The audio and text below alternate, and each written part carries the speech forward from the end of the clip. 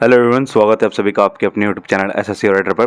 तो जैसा कि थंबनेल में आपने देखा कि आज हम कोर्ट केस के रिगार्डिंग बात करने वाले हैं। आप सभी को जैसा कि पता है आज 13th में है और आज सीजीएल 2024 कोर्ट केस के रिगार्डिंग आज कैट में हियरिंग होने वाली थी। तो क्या हियरिंग में चीज़ें हुई, क्या जज ने कहा और क्या अभी भी रिवाइज रिजल्ट की कोई पॉसिबिलिटी है, इन सब सारी चीज़ों के बारे में बात करेंगे। और काफ़ी मैसेजेस आ रहे हैं कि लोग बहुत डरे हुए हैं, तो इस वीडियो में सारी बातें क्लियर हो जाएंगी। तो चलिए सबसे पहले स्टार्ट करेंगे कि आज किस टॉपिक पे बहस हुई। तो बहस स्टार्ट हुई तो एनसीईआरटी को रेफरेंस लेके इस केस को स्टार्ट किया गया। तो एसओसी के एडवोकेट का मानना ये था कि एनसीईआरटी के जो आंसर्स होते हैं या फिर जो क्वेश्चंस जो भी होते हैं वो 100% हम श्योर नहीं कह सकते कि एनसीईआरटी राइट है हर जगह। ठीक है, कुछ चीज़ें कमीशन के ऊपर होती है और वो कमीशन डिसाइड करेगा कि कौन से आंसर रॉन्ग है, कौन सा आंसर राइट है।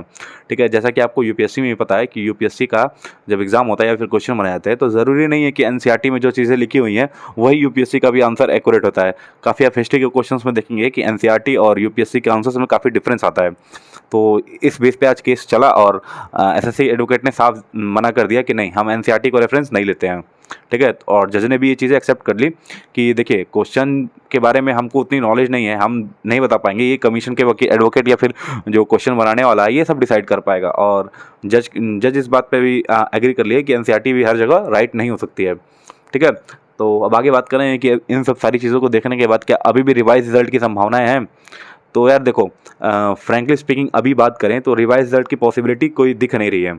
अगर आप यूपी ट्रिपल एससी का जो केस अभी फिलहाल चला था जिसमें सुप्रीम कोर्ट ने वर्डिक्ट दिया कि जो महात्मा गांधी वाला क्वेश्चन था उसको बोनस टू ऑल करके आप फिर से रिवाइज रिजल्ट करिए क्योंकि उसमें आंसर सारे रॉन्ग थे।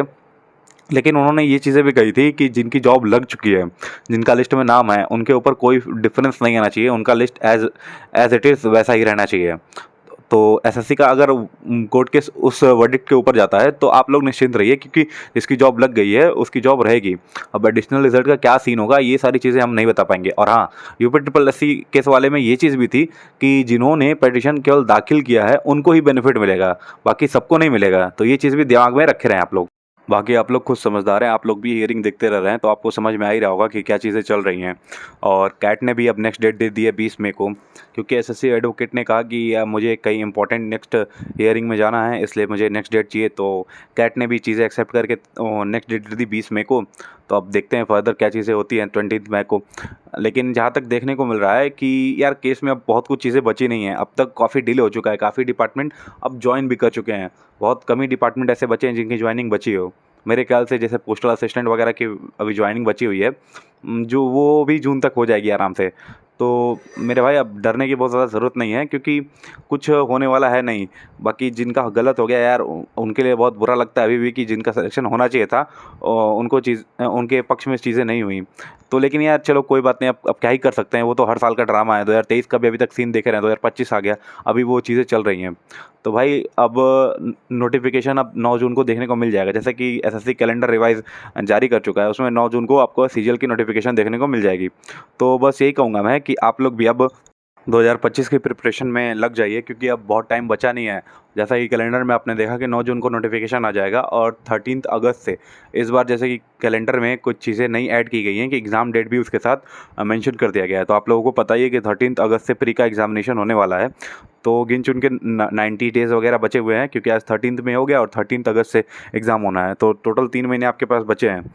तो यार देखने को इस बार भी बहुत हेल्दी कंपटीशन मिलने वाला है क्योंकि कोर्ट केस के कारण 2023 के बच्चे अभी भी एग्ज़ाम देना कंटिन्यू रखे हुए हैं और 2024 में जो बच्चे सेलेक्ट हुए हैं वो भी केस की वजह से इस बार भी एग्ज़ाम देने वाले हैं। तो रिपीटर्स भी भर भर के आने वाले हैं। तो आपको इस बार भी हाई कंपटीशन देखने को आराम से मिलेगा। ठीक है, तो आप लोग भी अच्छे से प्रिपेयर करना स्टार्ट कर दीजिए क्योंकि बात यार देखो, अब ये एक चीज़ और फंसी हुई है कि वेंडर कौन है, कौन एग्ज़ाम कंडक्ट कराएगा, कौन एग्ज़ाम पेपर बनाएगा। तो इन सब सारी चीज़ों के बारे में अभी तक कोई एसएससी की तरफ से ऑफिशियल नोटिफिकेशन नहीं आया है, कोई क्लैरिटी नहीं मिली है। बट यार मैं यही कहूँगा कि कोई भी वेंडर हो, क्वेश्चंस वगैरह अगर टफ भी आए, इजी भी आए, तो सबके लिए एक जैसा पेपर आएगा। ऐसा तो नहीं किसी का अलग आएगा, किसी का अलग आएगा। हाँ, शिफ्ट तो अलग अलग होंगे ही, लेकिन पेपर का लेवल जो है ऑलमोस्ट लगभग हर सारी शिफ्ट में सेम ही देखने को मिलता है, बहुत ज़्यादा ऊपर नीचे नहीं हो जाता है। तो आप लोग से यही कहूँगा कि आप लोग भी प्रिपरेशन अच्छे से करना स्टार्ट कर दीजिए। बाकी अगर आगे कोई भी अपडेट होगा या फिर कोई कोर्ट केस में अगर कुछ होता भी है तो उसके बारे में आपको पता चल जाएगा, मैं भी आपको बता दूंगा।